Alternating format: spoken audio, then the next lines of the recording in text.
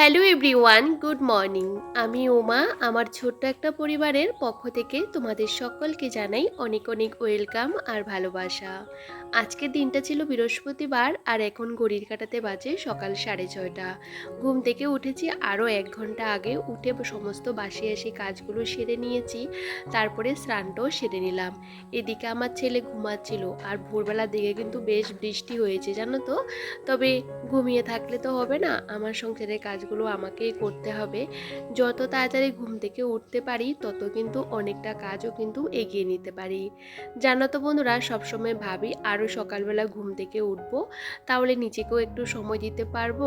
আর একটু ভোরবেলা উঠলে না, ভোরবেলার দিকে একটু হাঁটাহাঁটি এক্সারসাইজ করলে না শরীরটাও বেশ ভালো থাকে। তবে কি বলতো, মাঝে মধ্যে বাচ্চা কাচ্চা নিয়ে না এক্সারসাইজও করা যায় না। শরীরটা যদি ফিট থাকে যে কোনো কাজকর্ম করতেও না বেশ ভালো লাগে। যাই হোক, সকালবেলা ওই যে মাথাটা আঁচড়ে নিলাম আর সকালের একটু স্কিন কেয়ার সেরে নিয়েছি। দেখবে আমরা বাড়ির বউরা সকালবেলা যদি একটু আয়নার সামনে না যেতে পারি, তাহলে সারাটা দিন দেখবে এক ফোঁটাও আয়নার সামনে দাঁড়াতে পারি না। তো এদিকে ছেলে ঘুমাচ্ছিল, তো ভাবলাম ওর যেহেতু স্কুল আছে ওর টিফিনটা আমি বানিয়ে নিই। আর আজকে ছেলেকে দেবো ফল আর কি। তো এখন সকালবেলা ওকে সবসময় আমি চেষ্টা করি অন্যান্য খাবারগুলো না দিতে। বিশেষ করে ম্যাগিটা খেতে চায় আর কি, তো সকালবেলা ওটা একদমই দিতে চায় না। তো দেখো, একটু গোলা রুটি বানিয়ে নিয়েছি। আজকে গোলা রুটিগুলো না সেরকম ভালো হয়নি দেখতে, কেমন একটা হয়েছে। তো যাই হোক, কি বলতো, মাঝে মধ্যে সুন্দর হয় আবার মাঝে মধ্যে কেমন একটা হয়ে যায়। আসলে কি বলতো, ওটা ভালো করে গরম হয়নি, তাড়াতাড়ি করে আমি ঢেলে দিয়েছি, সে কারণে কিন্তু প্রত্যেকটাই কেমন একটা হয়েছে। তবে যাই হোক, মাঝে মধ্যে কিন্তু এমন হয়ে থাকে। তো এদিকে দেখো, ছেলেকে স্কুলে আমি দিয়ে আসলাম, কারণ ছেলেকে খাওয়াতে গেলে না অনেকটা সময় লাগে। বিশেষ করে ওর পেছনে সকালবেলা 1 থেকে দেড় ঘন্টা সময় কিন্তু দিতে হয়। তারপরে খাইয়ে দাইয়ে ওকে রেডি করিয়ে আমি কিন্তু স্কুলে ঢুকিয়ে দিয়ে বাড়ি আসলাম। আর বাড়ি এসে এখন বিছানাটা গুছিয়ে নিচ্ছি। যেহেতু সকালবেলা ছেলে ঘুম থেকে দেরি করে উঠে, তার মধ্যে এখানেই থাকে, সেহেতু বিছানাপত্রগুলো তোলা হয় না।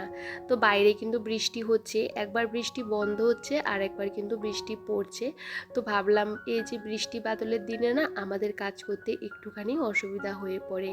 কারণ জানো তো, ওই যে বাইরে বারবার যেতে হয়, যেহেতু রান্নাবান্না করতে গেলে জল আনতে হয়, তারপরে বাসন কোসন ধুতে হয়, এটা সেটা করতে গেলে না বাইরে বারবার যেতে হয়। সে কারণে একটু বৃষ্টি বাদল হলে একটু ভিজে ভিজে কিন্তু বৃষ্টির মধ্যেই কাজ করতে হয়।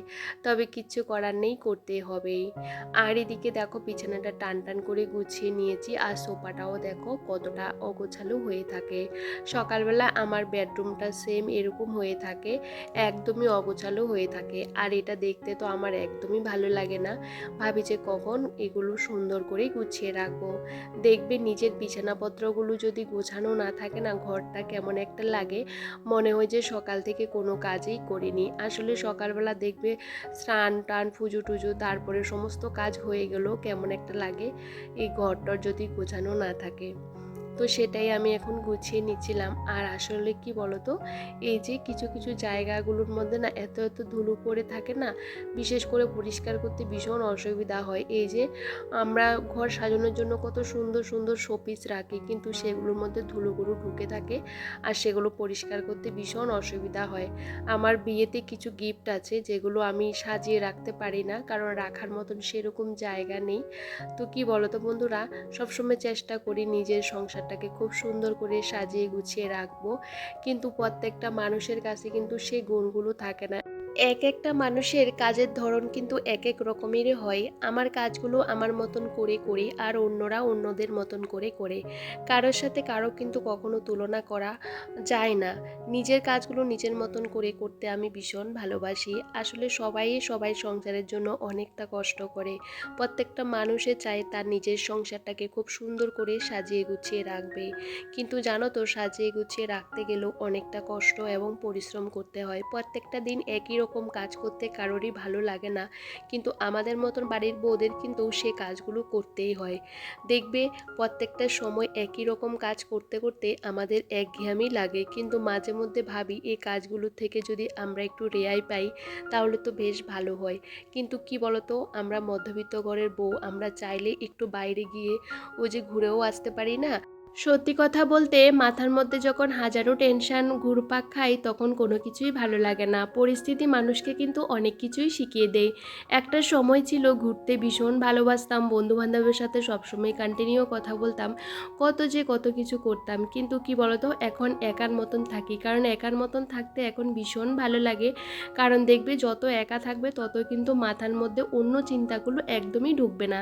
তখন সংসারটা কিন্তু খুব ভালোভাবে করা যায়। আমরা ১০ জনের সাথে মেলামেশা করলে কিন্তু ১০ জন ১০ রকমভাবে চলে। তখন ওই সমস্ত জিনিসগুলো দেখেও কিন্তু মনটা ভীষণ খারাপ লাগে। তো আমি ভাবি যে নিজের মতন করে চলি। নিজে যেটুকু আছে ওইটুকুতে আমি ভালো থাকার চেষ্টা করি। একটা সময় অনেক ঘুরেছি, অনেক ফিরেছি, অনেক আনন্দ করেছি। বিয়ের আগের কথা বলছি। আর এত পড়াশোনা করেও কিন্তু আমি কিছুই করতে পারলাম না। তবে জানো তো, আমারও পড়াশোনার ক্ষেত্রে কিন্তু আমাকে অনেকটা কষ্ট করতে হয়েছে। যেহেতু আমার বাবার বাড়ি একটু গ্রামের ভিতরে, সেহেতু কিন্তু আমাকে পড়াশোনার জন্য টাউনে থাকতে হতো, ভাড়া থাকতে হতো। তো মা বাবাকে মানে ছেড়ে আমি কিন্তু অনেকটা বছর কিন্তু ওই যে টাউনে ভাড়া ছিলাম। তো পড়াশোনা করার জন্য কিন্তু আমাদের একটা ভালো জায়গাতে থাকতে হয় ভালোভাবে পড়াশোনা করতে গেলে। তবে ভেবেছিলাম জীবনে কিছু একটা করব, কিন্তু জানো তো কিছুই করতে পারলাম না। এই যে এখন সংসারটা সামলাচ্ছি, তবে সংসারটা সামলাতে গেলেও কিন্তু ভালোভাবে গুণেরও দরকার হয়, কারণ সবাই তো আর সব কিছু পারে না। তবে যাই হোক, এখন আমার মতন করে আমি ভালো আছি, কিন্তু ওই দিনগুলোর কথা মনে পড়লে ভীষণ খারাপ লাগে। কারণ জানো তো, আমার সাথে প্রত্যেকটা মানুষ এখন ভীষণ ভালো আছে। আমার বন্ধুবান্ধব অনেকে জব করে। তো কি বলতো, আমিও চাইলে করতে পারতাম, কিন্তু পরিস্থিতি আমাকে সেটা করাতে দেয়নি বা করতে পারিনি। তো যাই হোক, কি বলতো, আমি যেহেতু একা থাকি, বাচ্চাকে নিয়ে সমস্ত কিছু করা আমার পক্ষে সম্ভব হয়ে ওঠেনি। ওই যে আজকে যদি পেছন থেকে কেউ যদি আমাকে একটু হেল্প করতো, তাহলে আজকে জীবনে কিছু একটা করতে পারতাম। তবে জানো তো, যোগ্যতা থাকা সত্ত্বেও কিন্তু আমি কিছু করতে পারলাম না। সেটাই কিন্তু ভীষণ একটা জীবনে একটা আক্ষেপ রয়ে গেল। কিন্তু আমি সবসময় চিন্তা করি আমার সন্তানকে আমি ভালোভাবে মানুষ করব, আর আমি যেটা করতে পারিনি সেটা আমার ছেলেকে দিয়ে করাবো। যাই হোক, প্রত্যেকটা মানুষের মধ্যে অনেক কিছু থাকে, দুঃখ কষ্ট, কিন্তু সমস্ত কিছু মিলেমিশে কিন্তু সংসার। তবে সংসারটা করতে গেলেও কিন্তু অনেকটা গুণের দরকার হয়। তবে যাই হোক, ওই সমস্ত কথাগুলো বলতে চাই না আর কি। জীবনে কিছু করতে গেলে সত্যি কথা বলতে কষ্ট করতে হয়, কষ্ট না করলে কিন্তু কিছুই করা যায় না। যেরকম আমার দাদা কিন্তু একজন ইন্ডিয়ান আর্মি, আর আমার দিদি, মানে আমার দিদিরা হলো ফৌজের জব করে, যেটা হলো পুলিশের আর কি। তারা কিন্তু জীবনে অনেকটা পরিশ্রম করেছে, সেই জন্য তারা এই জায়গাতে দাঁড়িয়ে আছে। যাই হোক, আমিও যদি একটু কষ্ট করতাম তাহলে আমিও কিছু না কিছু করতে পারতাম। তবে যাই হোক, এখন আমি ভালোভাবে সংসারটা করার চেষ্টা করছি আর সংসারটা সামলাবো। তোমাদের সাথে কথা বলতে বলতে ঘর দুয়ারগুলো গুছিয়ে নিয়েছি, এখন চলে আসলাম, সকালে ব্রেকফাস্টটা সেরে নিয়েছি। সকালবেলা আমি কিন্তু সেরকম কিছুই খাইনি, সিয়াসিড ভিজানো জলটা খেয়েছিলাম। তারপরে কি বলতো, গোলা রুটিটা সকালবেলা বানিয়েছি। আমার জন্য তো আমি তেল ছাড়া বানাই, তো সেটাই কিন্তু কয়েক টুকরো শশা দিয়ে খেয়ে নিয়েছি। আর আজকে সেরকম বেশি কিছু রান্না করব না, ডিম আলুর তরকারি করব। কালকের কি বলতো একটু তরকারি রয়ে গেছে, আর করছি ডাল, কারণ ডালটা আমাকে বেশিরভাগ সময় রোজ দিন করতে হয় ছেলের জন্য আর কি। তো এই যে ডিম আলুটা ভালো করে সেদ্ধ করে নিয়েছি, আর আমি সবসময় সেদ্ধ করে নিই ডিম আলু একসাথে, তাতে কি বলতো রান্নাটাও তাড়াতাড়ি হয়ে যায়, গ্যাসটাও অনেকটা কম লাগে, আর এভাবে কিন্তু চটজলদি রান্নাটা কিন্তু হয়ে যায়। সকাল থেকে কিন্তু আমি তোমাদের সাথে সেরকম ভিডিও ক্লিপগুলো শেয়ার করিনি, যেহেতু অনেকটা সকালবেলা উঠেছি, ক্যামেরা নিয়ে আর ছোটাছুটি করিনি। জানো তো, এক একদিন ভাবি যে ভিডিও করব না, কিছু একটা করব, অন্য কিছু করব, কিন্তু তারপরও ভাবি যে যাই হোক, সংসারের কাজগুলো তো করতে হবে, আর একটু ক্যামেরা অন করে করি, তাতে তোমাদের সাথেও শেয়ার করা হয়ে যাবে। আর সকাল থেকে অনেক বার করে বৃষ্টি হচ্ছে, একবার বন্ধ হচ্ছে আবার কমছে। এই কিছুক্ষণ আগেও বাসন মাজতে আসলাম, আমি মোটামুটি ওই যে অনেকটাই ভিজে গেছি, ছাতা মাথা দিয়ে না বাসন মাজতে ভীষণ অসুবিধা হয়ে যায়। এদিকে আমার রান্নাবান্না হয়ে গেছে, ছেলেকে যাব আনতে, এদিকে কিন্তু 10টা বেজে গেছে। তো বাসনগুলো মেজে এই যে রান্নাঘরটাকে ভালো করে পরিষ্কার করে নিয়েছি। আবার একটু জল পড়েছে, জানো তো, ওই যে এক সাইডে একটু জল পড়ে, টেবিলের উপরে গড়িয়ে গড়িয়ে না পুরো টেবিলটা ভেসে যায় জলে। তো সেটাও ভালো করে মুছে নিয়েছি, আর অনেকটা বার করে কিন্তু রান্নাঘরটাকে মোছার চেষ্টা করি।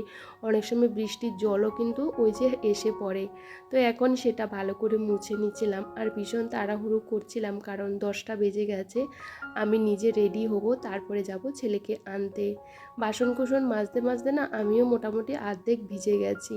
এখন বেশিরভাগ সময় ছেলেকে স্কুলে দিয়ে এসে তাড়াহুড়ো করে কাজগুলো করে নেওয়ার চেষ্টা করি, কারণ ও বাড়িতে আসলে না ভীষণ পরিমাণে দুষ্টুমি করে, চিৎকার চেঁচামেচি করতে হয়, আর আমারও ভালো লাগে না। তো যাই হোক বন্ধুরা, এখন এই যে বেরিয়ে পড়ছি ছেলেকে স্কুল থেকে নিয়ে আসার জন্য।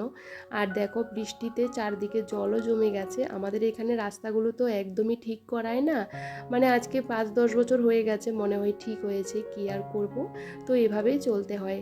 আর এদিকে ছেলেকে বাড়ি নিয়ে আস্তে আস্তে আমিও ভিজে গেছি, আর ছেলের বই টই সমস্ত কিছু ভিজে গেছে। যেহেতু রেনকোট ওকে পরালাম, কিন্তু আমি তো আর রেনকোট পরিনি, এত বৃষ্টি হয়েছে কি আর বলবো। তবে চলো আজকে ব্লগটা এখানেই শেষ করছি। সবাই ভীষণ ভালো থেকো, সুস্থ থেকো।